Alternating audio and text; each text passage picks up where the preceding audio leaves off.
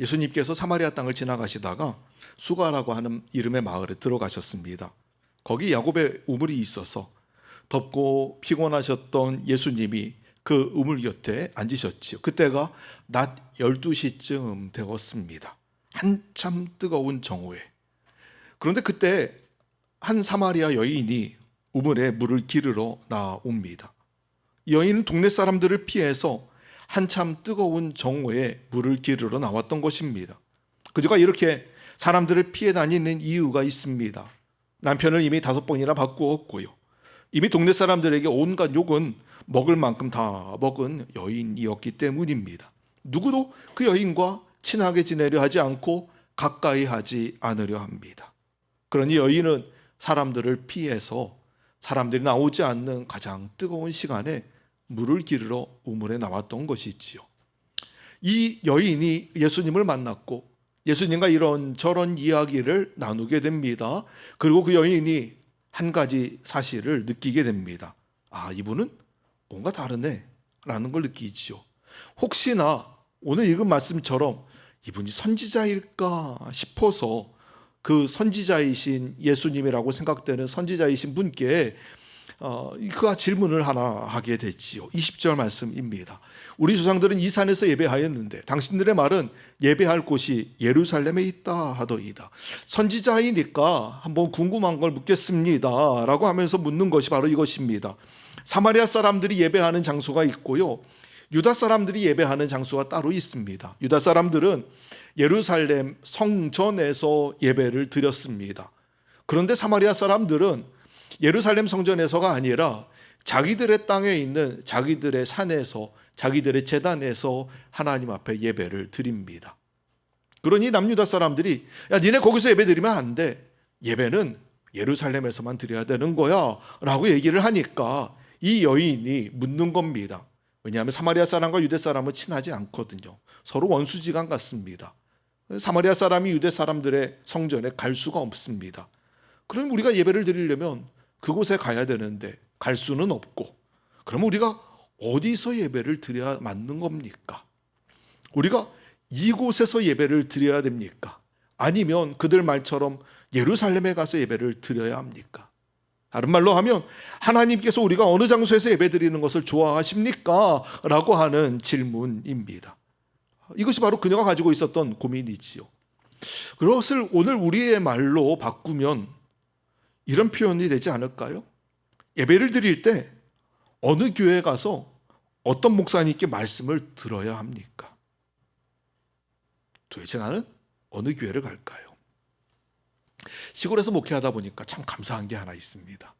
그건 성도님들이 교회를 옮겨 다니지 않으신다는 거예요. 그냥 이 마을에 있는 이 교회가 당연히 내 교회거니 하고 생각하고는 이 교회에 그냥 나오십니다. 얼마나 감사한지 모르겠어요. 정말 감사합니다. 그런데 도시교회는 다르죠. 도시교회는요, 정말 떠돌이 교인이 얼마나 많은지 몰라요. 마치 쇼핑 가듯이 이번 주에는 여기 한번 갔다가 다음 주에는 저기 한번 갔다가, 그러다 한동안 몇 번 다니다가 마음에 안 들면 에이 그래 뭐 또 다른 데 가면 되지 하고 또 다른 데로 가버립니다. 그렇게 옮겨 다니는 떠돌이 교인들이 너무 많다 그래요. 그렇게 이 교회로 저 교회로 마음에 안 들면 또 다른 데로 옮겨 다니는 그 교인들, 왜 그렇게 옮겨 다닐까? 그 이유를 생각해 보면 여러분, 이유는 한 가지입니다. 바로 내 마음에 들어야 되기 때문에 그래요. 목사님의 설교도 내 마음에 들어야 되고요, 찬양도 내 마음에 들어야 됩니다.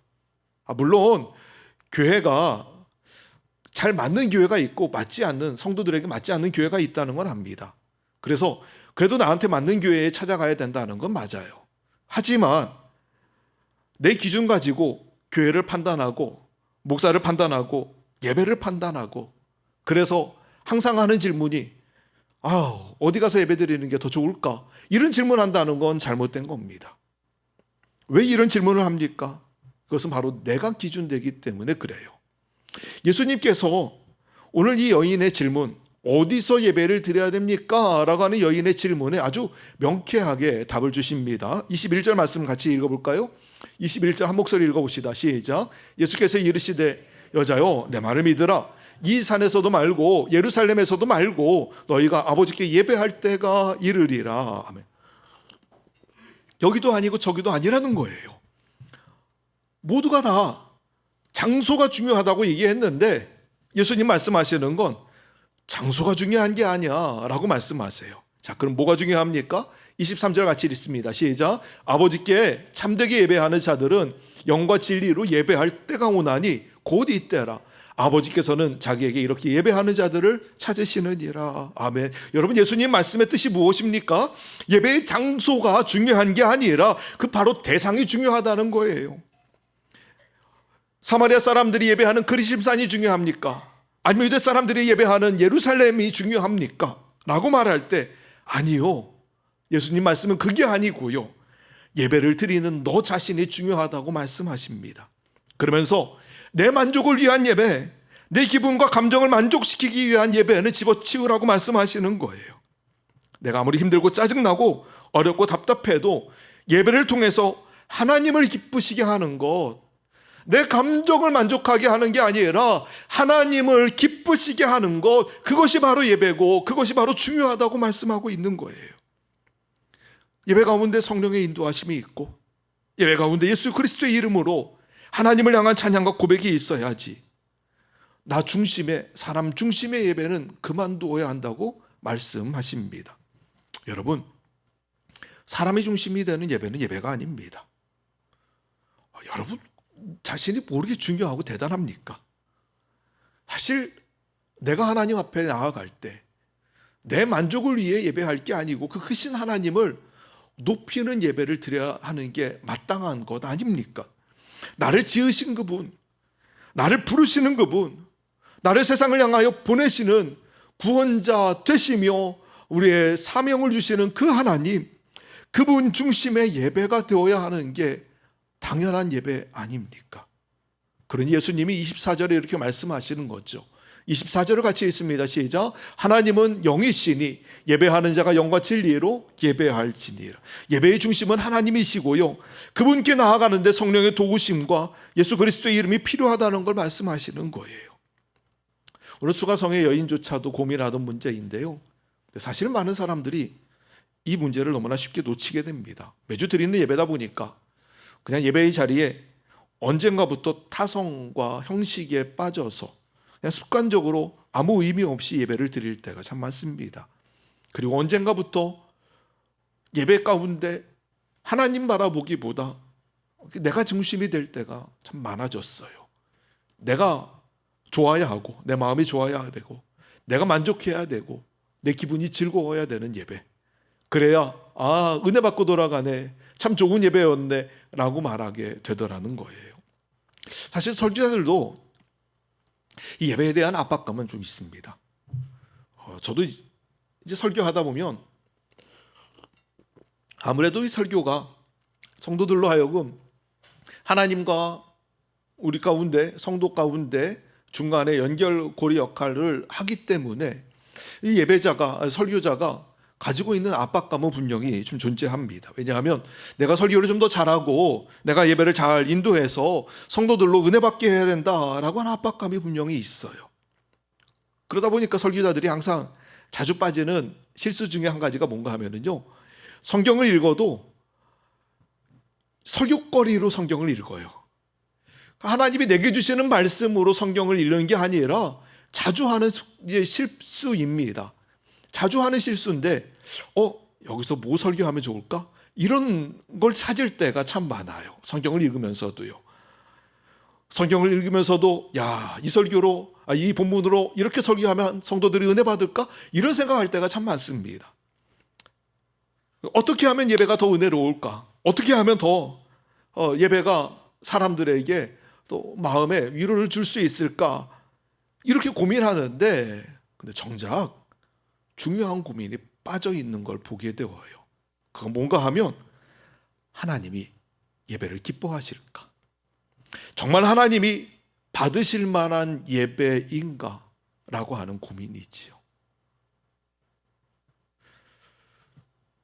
사랑하는 여러분, 우리는 하나님 중심의 예배를 나 중심의 예배로 바꿔버렸습니다. 수가성의 여인도 고민하던 거예요. 우리가 어디 가서 예배를 드려야 될까요? 그런데 우리가 하나님을 높여드리는 예배에서는 사실은 어디서 예배를 드리냐가 중요하지 않더라는 것이죠. 나의 온 마음을 다해서 하나님께 드리고 찬양과 기도와 예물을 드리는 것, 사실은 이 드림이라고 하는 게 예배의 1차적인 목적이기 때문입니다. 예배는 드림입니다. 예배는 드리는 것이지 예배는 받는 것이 아닙니다. 예배는 하나님 앞에 올려드리는 것이지, 예배를 올려드릴 때 그때 하나님께서 그 후에 말씀을 주시고 복을 내려주시는 게 예배이지, 예배는 내가 받는 것이 아닙니다. 그런데 우리는 하나님께 예배를 드리려고 하지 않고 오히려 받으려고만 합니다. 여러분, 이게 참된 예배일까요? 정말 참 예배는 받음이 아니라 드림이라고 하는 걸 기억하십시오. 은혜 받는 게 중요한 게 아니고요, 정말 나 자신을 하나님 앞에 예배로 드리고 있느냐가 더 중요하다는 거예요. 저 또한 어릴 때에는 예배를 받는 거라고 생각했어요. 은혜 받아야 하고 거기에서 내가 뭔가 만족을 받아야 된다라고 생각을 했습니다. 그러던 중에 공부하다가 예배라는 게 받는 게 아니라 드린다라는 걸 알게 되었죠.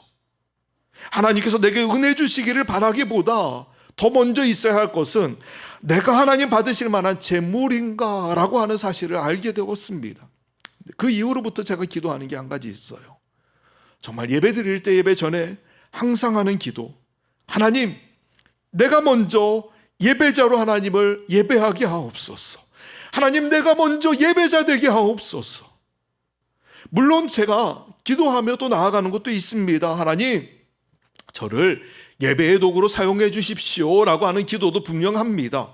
왜냐하면 저를 통해서 성도들이 예배 가운데 하나님 앞에 나아갈 수 있고, 또 저를 통하여 하나님의 음성을 듣고 하나님이 주시는 은혜가 저를 통해 흘러간다는 걸 알고 있기 때문입니다. 당연히 그러니 하나님, 저를 예배의 도구로 사용하여 주십시오. 저를 통하여 성도들이 하나님 앞에 나아갈 수 있도록 하나님 저를 사용해 주십시오라고 당연히 기도합니다. 그런데요, 여러분, 그 기도보다 먼저 하는 기도가 뭐냐면, 하나님, 먼저 내가 예배자 되게 해주세요. 다른 사람들은 다 예배하는데 나 혼자만 예배의 도구로만 쓰여지고 끝나버려서는 안 되기 때문이에요. 내가 먼저 예배자 되게 해주세요.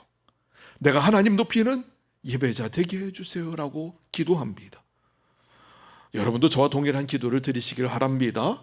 먼저 하나님 받으실 만한 재물이 되게 해달라고, 주님을 높이는 예배자 되게 해달라는 기도가 여러분 가운데 있기를 간절히 축복합니다.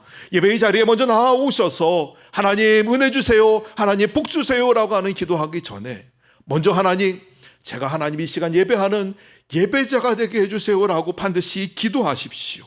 그리고 예배를 통하여 만나시는 그 하나님을 내가 예배자가 될 때 그 하나님 만나게 될 거예요.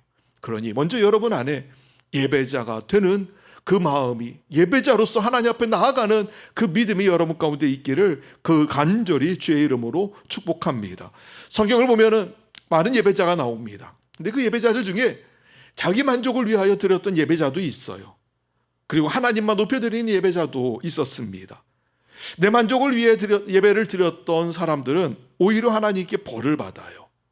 그런데 하나님을 전심으로 예배했던 예배자들은 하나님께 모두 복을 받고 주의 은혜를 얻은 것을 보게 됩니다. 나를 위해 예배드렸던 가장 대표적인 사람 중에 한 사람이 바로 사울 왕이지요. 이 사울 왕이 전쟁을 앞두고 사무엘 선지자를 부릅니다. 왜냐하면 전쟁을 앞두고 기도해 달라는 거예요. 하나님 앞에 예배를 드리고 기도하기를 바라면서 사무엘 선지자가 오기를 부탁을 드렸습니다. 근데 이 선지자가요, 하루가 지나고 이틀이 지나고 3일이 지났는데도 오질 않습니다. 병사들이 동요하기 시작합니다. 예배를 드려야 전쟁을 치를 것 같은데 예배를 안 드리니 마음이 불안한 거예요. 그렇게 선지자가 일주일을 지나도록 오질 않아요. 사울 왕도 마음이 불안하고 병사들을 보니 마음이 동요되는 것을 보면서 이대로 두면 안 되겠다 싶어서 사울 왕이 직접 예배를 집례합니다. 자기가 예배를 드리지요. 그리고 예배가 다 끝났을 때 누가 찾아옵니까? 그제서야 사무엘 선지자가 찾아와요. 그때 했던 말, 순종이 제사보다 낫습니다. 하나님 앞에 기껏 예배를 드렸더니 예배를 드리고 듣는 말, 순종함이 제사보다 낫다는 거예요.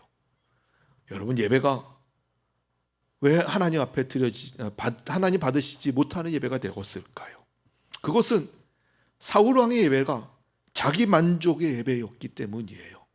내 만족의 예배, 그냥 내가 이 불안함을 해소하고자, 사람들의 동요하는 것을 내가 잠재우고자 내 만족을 위하여 드렸던 예배였기에 그 예배 가운데 하나님이 받지 않으셨던 것이지요.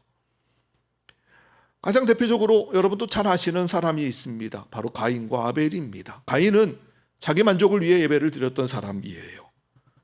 결국은 예배를 잘못 드려서 가인은 실패자가 되었고, 반면에 아벨은 하나님 앞에 성공적인 예배를 드림으로 믿음의 조상의 반열에 그가 오르게 됩니다.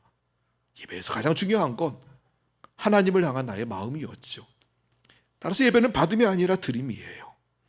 여러분, 창세기 말씀을 잘 읽어보시면 하나님께서 아벨과 가인의 예배에서 제물만 받으신 것이 아니라 그 사람까지도 받으셨다는 것을 우리가 알게 됩니다. 가인과 가인의 제물을 받지 않으신 하나님은 또 아벨과 아벨의 제물을 받으셨던 것을 우리가 보게 되어요.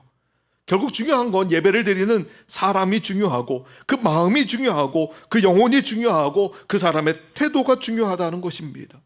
예물에 나의 마음을 담고, 찬양에 나를 담고, 기도에 나 자신을 담아서 하나님 앞에 드리는 것, 이 드림의 예배가 하나님이 받으시는 예배라는 것이죠.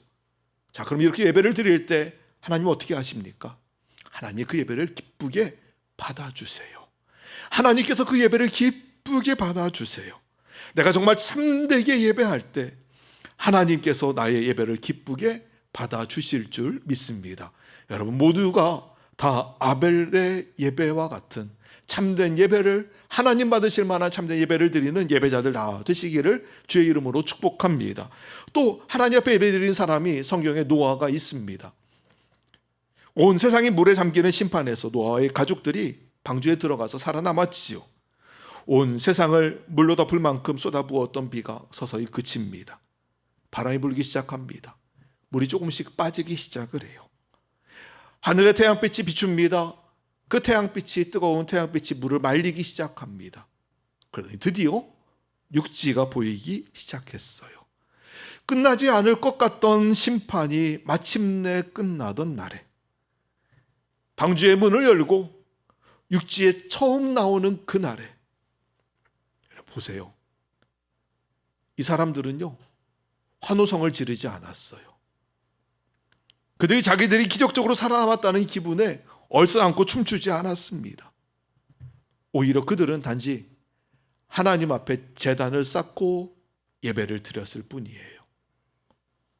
예배를 통해 그들은 하나님 앞에 나아갔고 그들은 하나님을 만났습니다. 노아는요, 그들을 구원하신 하나님 앞에 감사의 예배를 드려요. 창세기 8장 20절입니다. 노아가 여호와께 제단을 쌓고 모든 정결한 짐승과 모든 정결한 새 중에서 제물을 취하여 번제로 제단에 드렸더니, 노아가 예배를 드렸습니다. 자, 감사하지요. 얼마나 감사합니까? 구원해 주신 하나님 앞에 이렇게 감사하여서 땅을 처음 밟으며 하나님 앞에 예배를 올려드려요. 자, 그럼 하나님이 어떻게 하셨을까요? 그 예배를 받으시지요. 근데 예배를 받으셨을 뿐만 아니라 하나님이 또 말씀하세요. 창세기 8장 21절에 여호와께서 그 향기를 받으시고, 하나님 앞에 전심으로 감사하며 드리는 예배에 하나님이 받으시는 줄 믿습니다. 하나님 그 예배를 받으세요. 그리고 하나님 마음에 생각하십니다. 내가 다시는 사람으로 말미암아 땅을 저주하지 아니할 거야. 내가 다시는 사람 때문에 땅을 저주하지 않아야겠어 라고 결정하시고, 그리고 9장에 넘어가면 하나님께서 노아에게 약속의 말씀을 주십니다. 뭐라고 약속하시는가 하면, 이제는 다시 물로 세상을 심판하지 않을 거다라는 약속을 주시면서 그 약속의 증거를 무지개로 표현하십니다. 9장 13절에 내가 내 무지개를 구름 속에 두었나니 이것이 나와 세상 사이에 언약의 증거니라. 야, 보세요. 하나님께서 참되게 예배하는 자들의 예배를 받으시는 줄 믿습니다. 그런데 그 예배를 통해서 하나님께서 받으시고 그냥 끝나는 게 아니라는 거예요. 여러분, 우리가 예배하면 하나님이 그래 잘했어 하고 그냥 끝나시는 게 아닙니다. 하나님도 예배하는 우리에게 찾아오세요. 그리고 예배하는 우리에게 찾아오실 뿐만 아니라 또 하나님이 예배하는 우리에게 하나님의 음성을 들려주십니다. 어떤 음성입니까? 노아는 약속의 말씀을 들었어요. 내가 이제 뭐 할 거야? 아니야, 내가 이제 뭐 하지 않을 거야 라고 하는 하나님의 약속의 말씀을 들었습니다. 여러분도 예배할 때 하나님의 음성을 들으실 거예요. 각자 다른 음성들을 들을지도 모릅니다. 어떤 분에게는 하나님이 위로하시는 위로의 말씀을 들을지도 몰라요. 어떤 분에게는 훈계의 말씀이 들려질지도 모르겠어요. 때로는 명령일지도 모르고요.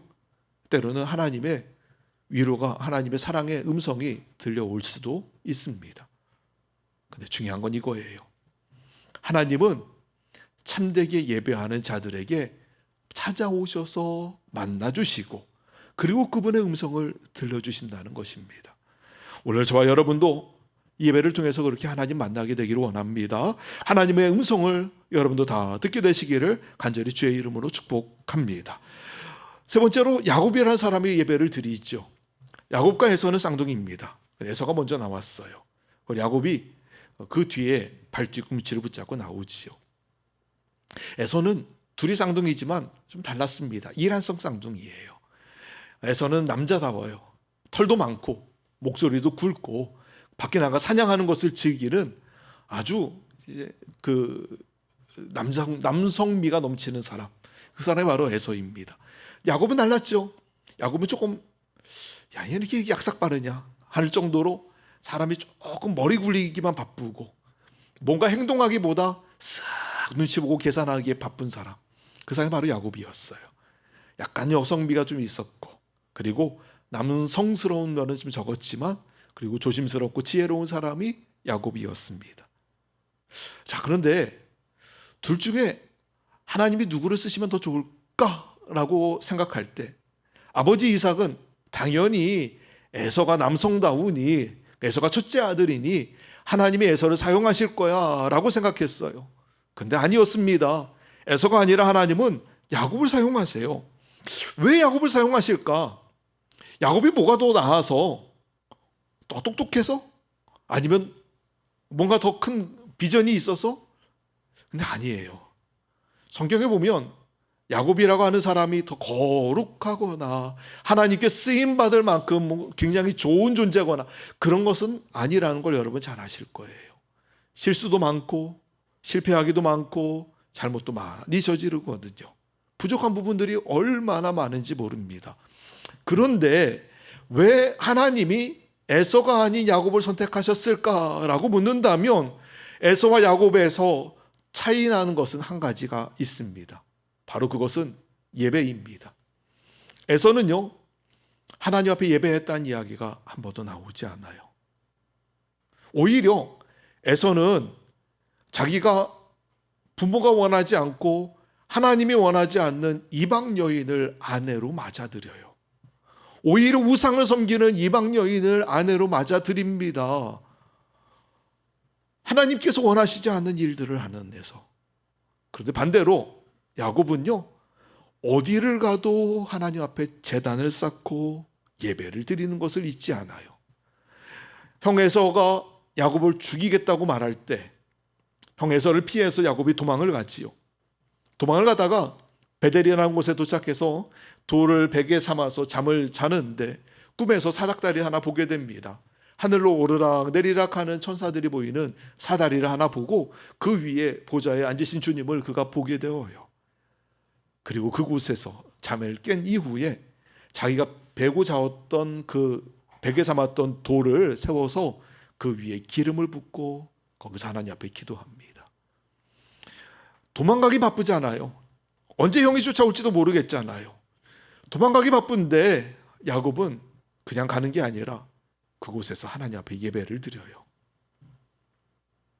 반대로 외삼촌 라반의 집에서 20년 넘게 살다가 다시 고향으로 형이 있는 곳으로 돌아올 때에도 그는 형을 만나기 직전에 하나님 앞에 예배를 드립니다. 뿐만 아니에요. 딸 디나가 형과 잘 화해하고 모든 사건들이 다 풀어지고 난 이후에 야곱이 세겜이라고 하는 곳에 갑니다. 잘 살겠지, 이제는 모든 문제가 없겠지 했는데 웬일입니까? 딸 디나가 도시 구경하겠다고 나갔다가 글쎄 세겜의 아들에게 성폭행을 당합니다. 이 사건으로 야곱의 아들들이, 이 오빠들이 분노하고 이래저래 해가지고 세겜의 모든 사람들을 싹 다 남자들을 죽여버리는 사건이 일어나게 되어요. 야곱이 걱정하는 건, 야, 주변 사람들이 하늘 품고 우리를 죽이러 오면 어떻게 하지? 라고 하는 걱정을 하게 됩니다. 야, 이 일이 있고 나면 어떻게 해야 됩니까? 사람의 방법으로 문제를 해결하거나 아니면 여러 가지 수단들을 써야 될 텐데, 아니면 도망을 가든지 해야 될 텐데, 아니요, 그렇지 않아요. 창세기 35장에 보면 야곱은 예배를 선택합니다. 이 디나의 사건에서도 야곱은 하나님을 예배하지요. 심지어요, 나중에는 자기가 정말 사랑하는 아들 요셉, 그 요셉이 죽은 줄로 알았어요. 근데 나중에 알고 봤더니 요셉이 애굽 땅의 총리가 되었다는 이야기를 듣게 됩니다. 그리고 그 요셉이, 아버지, 저 있는 애굽으로 좀 내려오세요. 제가 아버지 잘 돌볼게요. 기근도 심한데 앞으로도 먹을 거 없는데 여기 풍족하니까 여기로 오세요 하면서 글쎄 금마차를 보냈어요. 요셉이 살았다고 아버지 야곱이 얼마나 기쁘겠습니까? 글쎄 요셉이 살아있다니요? 얼마나 행복하겠습니까? 그런데 야곱은요, 당장 우리 같으면 당장 요셉이 있는 곳으로 막 달려갈 텐데 야곱은 그렇지 않아요. 가는 길에 브엘세바에 이르러서 하나님을 예배합니다. 창세기 46장 1절 말씀입니다. 새번역 성경으로 제가 말씀을 읽어드려요. 이스라엘이 식구를 거느리고 그의 모든 재산을 챙겨서 길을 떠났다. 브엘세바에 이르렀을 때 그는 아버지 이삭의 하나님께 희생 제사를 드렸다. 여러분, 이삭의 다른 이름이 야곱의 다른 이름이 이스라엘입니다. 오늘 본문에 나오는 이스라엘은 야곱을 말하는 거예요. 야곱이 모든 가족들을 다 거느리고 재산들을 다 챙겨서 이제 아들 요셉을 보려고 출발한 겁니다. 근데 가는 길에 브엘세바에 도착했을 때 하나님 앞에 제단을 쌓고 희생 제사를 드려요.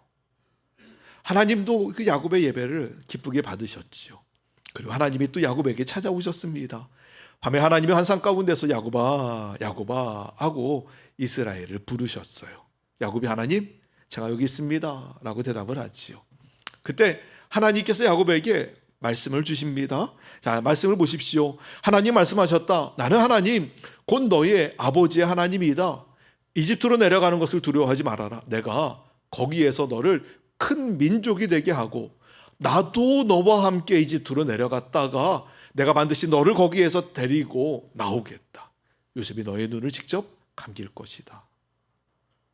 여러분, 얼마나 감사합니까? 하나님이요, 예배하는 야곱에게 그 야곱의 예배를 받으시고 찾아오셔서 하나님의 약속의 말씀을 주세요. 그 약속은 다른 게 아닙니다. 하나님이 그 길을 인도해 가시겠다는 거예요. 하나님이 그 걸음을 인도해 가시겠다는 겁니다. 자, 보세요.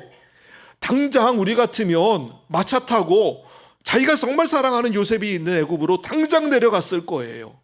그러나 야곱은 그렇지 않아요. 하나님 앞에 감사의 예배를 드립니다. 요셉이 살아났다는 게, 살아있는 게 얼마나 감사한지 그런 하나님 앞에 감사의 예배를 드려요.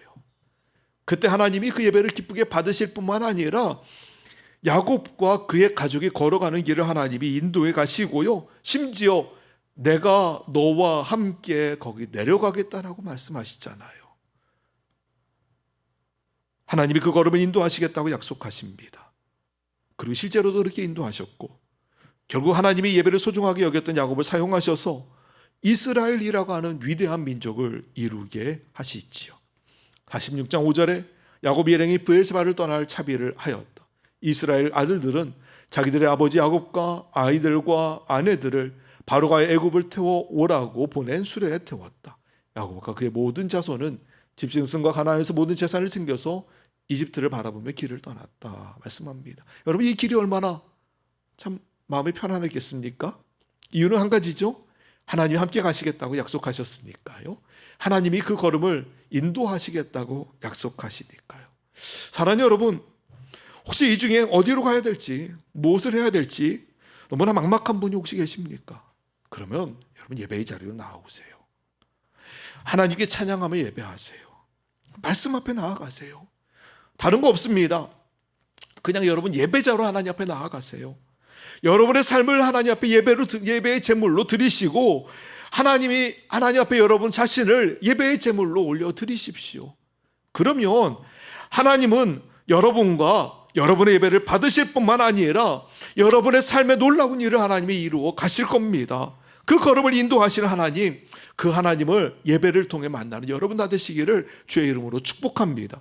마지막으로 솔로몬도 하나님 앞에 예배를 드려요. 다윗의 뒤를 이어서 솔로몬이 왕이 됩니다. 솔로몬이 왕이 된 이후에 하나님 앞에 1000번의 제사를 드리죠. 열왕기상 3장입니다. 이에 왕이 제사하러 기브온으로 가니 거기는 산당이 큼이라 솔로몬이 그 제단에서 1000번제를 드렸더니. 근데 여러분, 말씀을 잘 아셔야 됩니다. 솔로몬이 이 예배를 왜 드렸을까요? 솔로몬이 1000번의 제사를 왜 드렸습니까? 하나님, 제가 소원하는 게 있는데요, 제가 1000마리의 제물을 드릴 테니까 제 소원 좀 들어주시면 안 돼요? 이 목적 가지고 그가 제사를 드린 게 아니에요. 성경에 어디에도 이 예배를 드리면서 그가 이렇게 기도했더라 그런 말 한 번도 나오지 않습니다. 무언가를 얻을 목적으로 하나님 앞에 예배를 드린 게 아닙니다. 그냥 단지 하나님께 감사해서 예배를 드렸어요.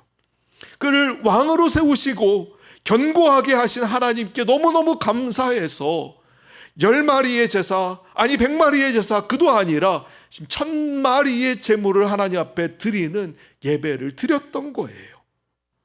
너무 감사하니까 그 제물 하나하나를 드렸더니 하나님이 그 예물을 받으셨고요.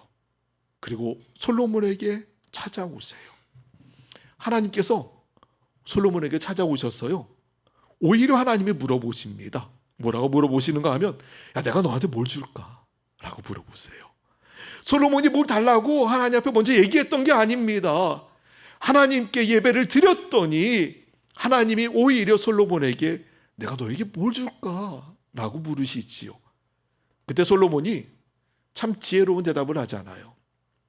하나님, 제가요 왕돼서 왕 일을 하다 보니까요 판결도 해야 되고 통치도 하고 이런저런 일들을 결정해야 되는데 제가 너무 부족하다는 게 느껴져요. 하나님, 참 내가 왜 이렇게 미련하지? 라고 하는 생각이 들어요. 드는 생각이 나 좀 지혜로웠으면 좋겠다 라는 마음이 드네요. 하나님, 저한테 이 백성들 잘 다스릴 수 있도록 지혜를 주시면 좋겠어요 라고 대답을 하지요. 하나님께 구한 게 다른 게 아닙니다. 주님 맡겨주신 일을 잘 감당할 수 있는 지혜를 달라고 구하지요. 근데 하나님이요, 예배를 드리는 솔로몬도 너무너무 기뻐하셨는데 내가 너한테 뭘 줄까라고 물을 때 지혜 주세요 라고 말하는 솔로몬의 대답은 더 기뻐하셨어요. 너무너무 기뻐하셔서, 야, 사실 나는 말이야, 그렇게 말하면 네가 원수 갚는 거 해달라고 말하거나 아니면 돈 많이 주세요, 아니면 뭐 성공하게 해주세요, 이런 거 달라고 기도할 줄 알았어.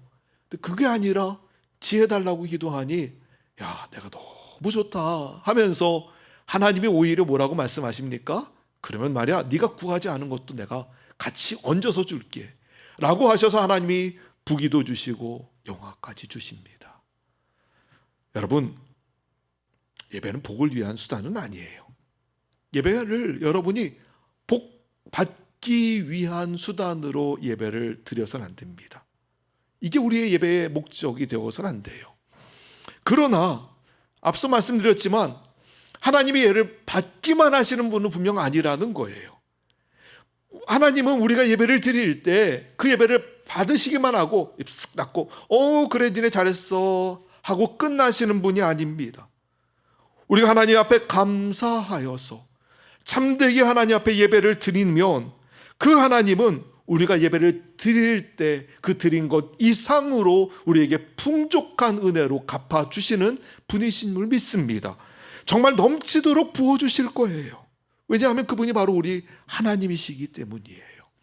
요한복음 4장 23절 말씀을 다시 한번 읽어봅시다. 4장 23절 한 목소리로 같이 읽습니다. 시작. 아버지께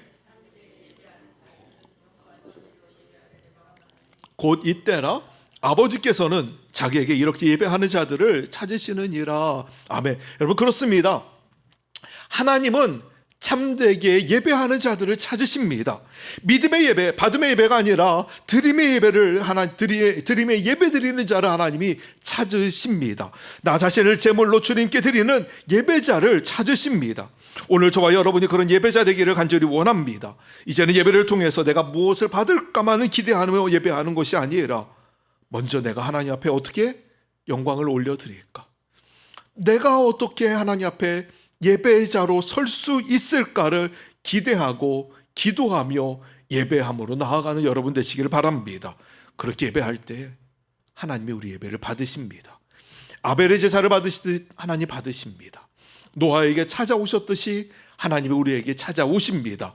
하나님이 야곱에게 말씀하셨듯이 우리에게 말씀하시고 참되게 예배하는 자들에게 하나님이 솔로몬에게 복을 부어주셨듯이 우리에게도 복 주시고 은혜 주실 줄 믿습니다. 받음을 위한 예배가 아니라 하나님 앞에 드림의 예배, 하나님 받으실 만한 예배를 온전하게 드리는 참된 예배자들 다 되시기를 주의 이름으로 축복합니다.